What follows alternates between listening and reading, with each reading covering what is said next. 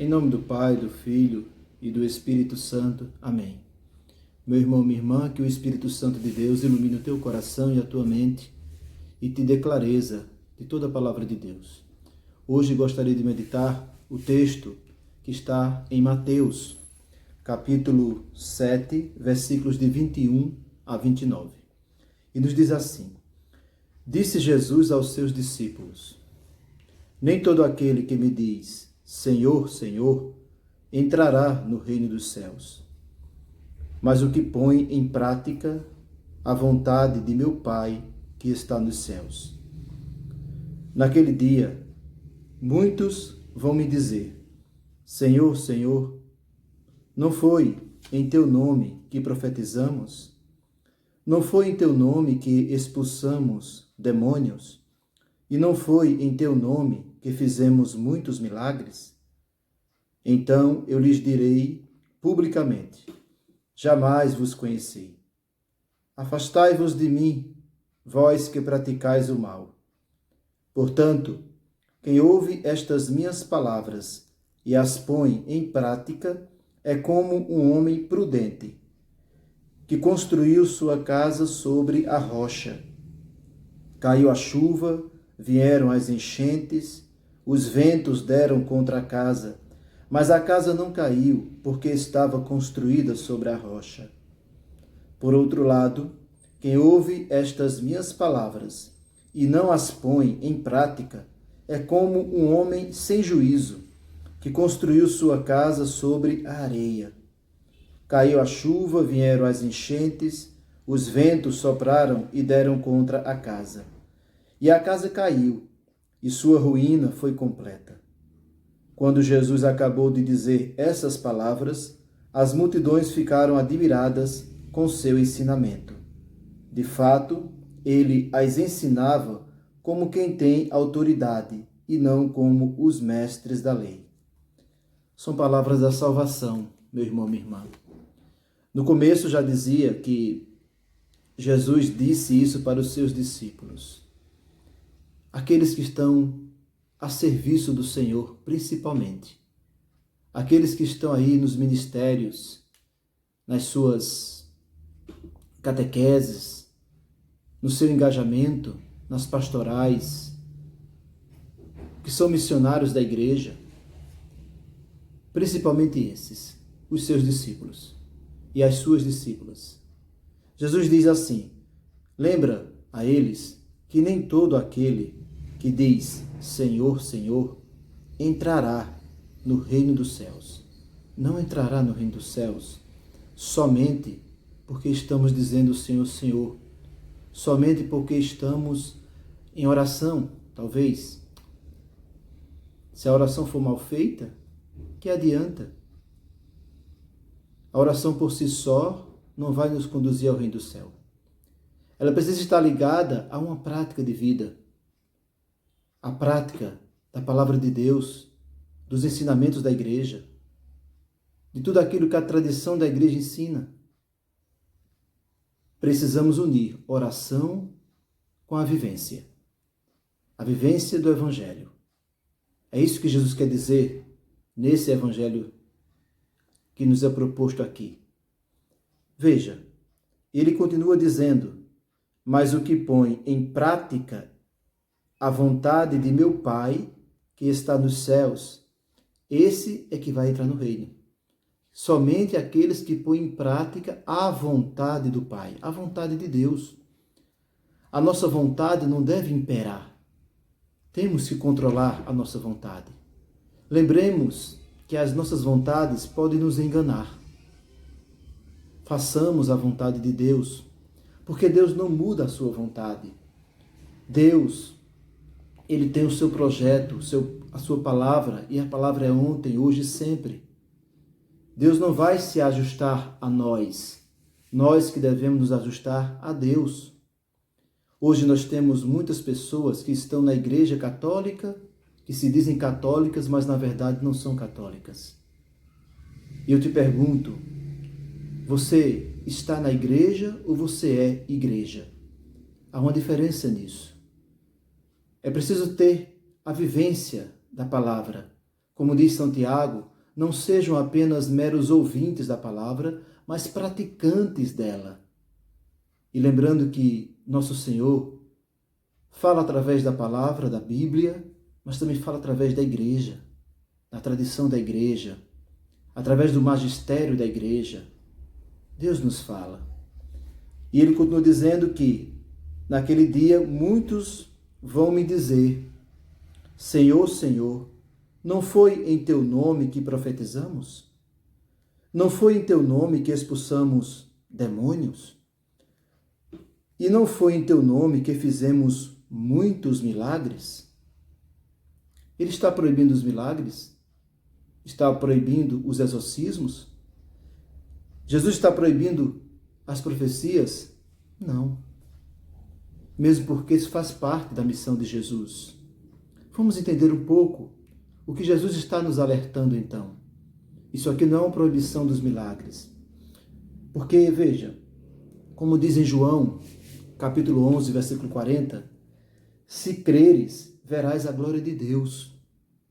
Diz também nos Atos dos Apóstolos, no capítulo 2, versículo 43, diz assim: de todos eles se apoderou o temor, pois pelos apóstolos foram feitos também muitos prodígios e milagres em Jerusalém. Faz parte do ministério. Os milagres, as curas, os prodígios, a graça de Deus sendo operada pela ação do Espírito Santo de Deus.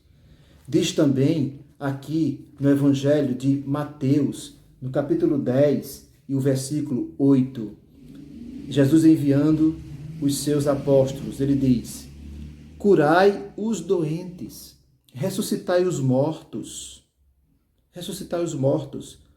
purificai os leprosos, expulsai os demônios. Então, faz parte da missão. Então, ele não está proibindo isso. Então, o que Jesus quer nos dizer? Também faz parte da missão da igreja, o milagre, a cura. E diz o livro do Papa Bento XVI, um livro chamado Jesus de Nazaré, ele diz assim: a cura é uma dimensão essencial da missão apostólica da fé cristã. Em geral, a cura é uma dimensão essencial da missão apostólica da fé cristã em geral. Pode-se dizer que o cristianismo é uma religião terapêutica, uma religião de cura, diz o Papa Emérito, o Papa Bento XVI. No seu livro, repito, Jesus de Nazaré. Mas ele completa dizendo ainda que a salvação em Cristo é a cura mais profunda, a cura do pecado. Porque existe a cura física, que serve para essas questões temporais, mas tem a cura interior, a cura da salvação da alma. Porque Jesus veio a esse mundo nos salvar. Ele deseja nos levar para o céu. E só tem uma coisa que impede a nossa salvação: o pecado. Então precisamos ser livres do pecado. Mas para isso precisamos saber o que é pecado. Precisamos lutar contra o pecado. Precisamos praticar a palavra de Deus para sair do pecado. Não viver a nossa vontade, mas a vontade de Deus. Os seus mandamentos, a moral da igreja. O que estamos praticando? No mundo de hoje, as pessoas querem viver a fé seguindo qualquer doutrina, seguindo a questão do relativismo. Elas procuram muitas outras realidades que não são realidades cristãs e acham que nada importa, nada mais é pecado, o certo se transforma em errado, o errado se transforma em certo. Tem muita gente vivendo nesse relativismo. Isso não nos conduz à salvação. Por isso que o Papa Bento XVI diz: a salvação em Cristo é a cura mais profunda, a cura do pecado. Diz ainda: a plenitude da cura se encontra no perdão dos pecados. a plenitude que a plenitude, completo tudo. Essa é a cura mais perfeita. Mas para essa cura chegar, nós temos que evangelizar e pregar e, com muito ardor, conscientizar as pessoas que aquela palavra é para ser vivida. Se você for cego, você entra no reino do céu. Se você estiver com problema de saúde, você entra no reino do céu. Nada impede, mas o pecado impede. Então temos que ver a prática. Essas pessoas que Jesus se refere aqui, que disseram, mas Senhor, eu não preguei em teu nome, eu não expulsei demônios em teu nome, eu não fiz milagre em teu nome. E Jesus vai dizer a eles, não te conheço. Porque eles tinham uma prática incompleta. E também eles não viviam a palavra. Porque a questão do milagre, até o demônio pode realizar milagres. Falso, mas realiza. Como diz em Mateus, capítulo 24, até os falsos profetas farão milagres para enganar, para seduzir. Nós temos que encaminhar as pessoas para a salvação. Lutemos pela salvação das almas. Fazemos a vontade de Deus, não nos enganemos a nós mesmos. Uma vida de fingimento, uma vida de hipocrisia, na verdade. Sejamos realmente cristãos. Demos a vida pelo Evangelho. Nos esforcemos para viver os ensinamentos da igreja, os 10 mandamentos, a palavra de Deus. Não é somente usar uma camisa de grupo, isso não significa muito, mas vista a sua alma com as vestes da santidade de Deus. O Papa disse que a plenitude da cura se encontra no perdão dos pecados e na restauração da comunhão com Deus. Estar em comunhão com Deus, é isso. Nós temos a comunhão com Deus. Devemos manter, aliás, a comunhão com Deus. E mantemos quando praticamos. Quando não estamos praticando a palavra, nem o que ensina a igreja, nós estamos fora de comunhão com Deus. Quantos católicos aí, de acordo com o que a igreja não concorda? Aborto, ideologia de gênero, homossexualismo, tantas coisas. Comunismo, tantas outras coisas que a gente procura que a igreja nos aceite do jeito que a gente é, que ela se ajuste a nós. Não é por aí, meu irmão. E aí ele diz, aquele que verdadeiramente deseja curar o homem, deve vê-lo em sua integralidade.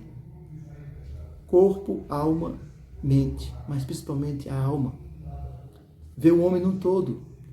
Então não é somente orar pelo milagre, pela cura de alguém físico, mas principalmente a alma. Porque a alma precisa de salvação. É o corpo que está doente, não? Muitas vezes o corpo está doente, mas a alma está também. Muitas vezes o corpo está sadio, mas a alma está doente. Porque não está vivenciando a palavra de Deus. Essa é a missão de um pregador, de um catequista, de um sacerdote. O munus de um sacerdote, que é celebrar, ensinar e santificar o povo. Como chegará à santificação o povo? Se não anunciarmos a verdade. A verdade para que o povo viva essa verdade. E não é um peso a verdade de Deus. É libertação. Somos curados pela palavra de Deus. Somos restaurados pela palavra de Deus. Nos diz também o Catecismo da Igreja Católica, no seu parágrafo 1505, que Jesus anunciava uma cura mais radical, a vitória sobre o pecado. Jesus nos anunciava uma cura mais radical ainda, que é o perdão dos nossos pecados. A vitória sobre o pecado, aliás. A vitória. Nós precisamos estar, durante toda a vida, lutando para vencer o pecado, para sairmos vitoriosos. Então, diz também no parágrafo 1696, falando sobre um pouco também de catequese, e nos diz: o caminho de Cristo conduz à vida. Um caminho contrário leva à perdição. Significa a importância das decisões morais para a nossa salvação. As questões morais da igreja. Elas são muito importantes para a nossa salvação. Se não a vivenciarmos, colocamos em risco a nossa salvação. Significa a importância das decisões morais para a nossa salvação. Há dois caminhos, um da vida e outro da morte. mas entre os dois há grande diferença. Então importa na catequese, diz o catecismo, o trabalho de um catequista, revelar com toda clareza a alegria e as experiências do caminho de Cristo. Do caminho de Cristo. A catequese da vida nova em Cristo será aquela, uma catequese do Espírito Santo, uma catequese da graça, uma catequese das bem-aventuranças, uma catequese do pecado e do perdão, uma catequese das virtudes humanas, uma catequese das virtudes cristãs da fé, uma catequese do duplo mandamento da caridade, desenvolvido no Decálogo, que é os 10 mandamentos. Uma catequese eclesial, pois é nos múltiplos intercâmbios dos bens espirituais, na comunhão dos santos, que a vida cristã pode crescer, desenvolver-se e comunicar-se. E quando diz que deve ser uma catequese do pecado e do perdão, veja, diz ainda, pois sem se reconhecer pecador, o homem não pode conhecer a verdade sobre si mesmo. É a condição do reto agir do ser humano. E sem a oferta do perdão, não poderia suportar essa verdade. Então é necessário conhecer o pecado, não interpretar mal, não ensinar errado às pessoas, ensinar realmente o que é pecado, para que elas possam deixar esse pecado e conhecer-se a si mesmo, conhecer a verdade, porque a verdade vos libertará, diz a palavra, e aí elas irão agir. Mas elas também precisam do perdão, porque não suportariam essa verdade sem o perdão, sem a misericórdia. Mas Deus perdoa a quem se arrepende, a quem reconhece que aquilo é errado, a quem não fica justificando erros, a quem não fica discutindo com Deus, mas reconhece. Vamos dar sequência daqui a pouco a esse evangelho que a gente escutou aqui, que eu já proclamei, e vamos ainda destrinchar mais algumas coisas.